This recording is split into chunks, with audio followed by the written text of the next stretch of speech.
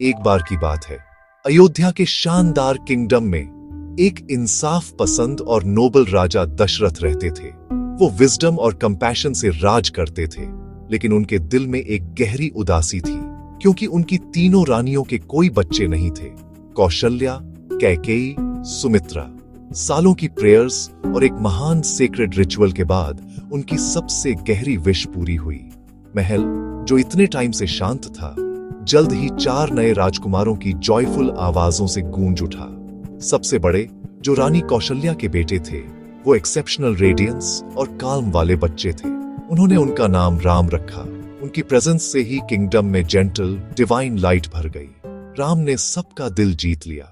जैसे जैसे राम और उनके 3 डिवोटेड भाई भरत, लक्ष्मण और शत्रुघ्न बड़े हुए, महल के मैदान उनका प्लेग्राउंड बन गए। राम, भरत, लक्ष्मण, शत्रुघ्न, उनके दिन इनोसेंट हंसी से भरे रहते थे और स्पिरिटेड गेम्स से।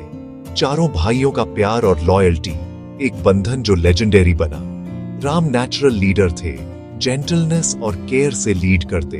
वो गेम्स में हमेशा फेयर रहते थे। लक्ष्मण खास तौर पर इंसेपरेबल, उनकी शैडो जैसे। उनकी एजुकेशन ऋषि वशिष्ठ की देखभाल में हुई। उन्होंने सेक्रेड स्क्रिप्चर्स पढ़े, वेदों का अध्ययन किया और फिलॉसफी व एथिक्स सीखे। उन्हें राजा के कर्तव्यों को समझना सिखाया गया।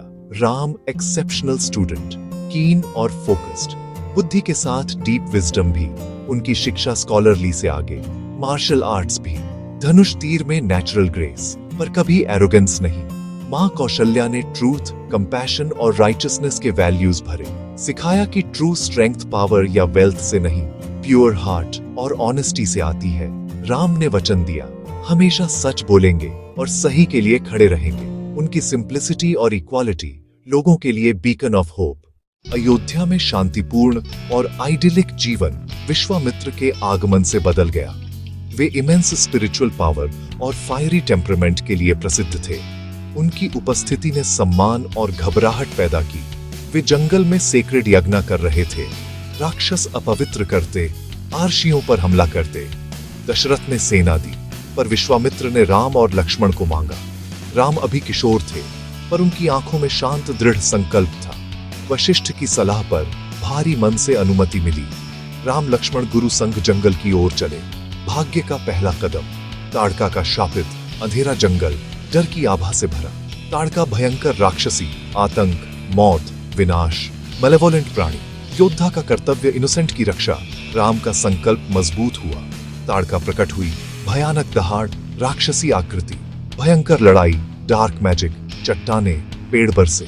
आशी के मार्गदर्शन से राम की स्किल हर वार का जवाब बनी। गुरु के निर्देश पर डिवाइन एरो, स्थिर हाथ, केंद्रित मन, तीर छोड़ा। राक्षसी के दिल में लगा, आतंक का अंत। वह गिरी, जंगल ने राहत ली, प्रकाश उतर आया।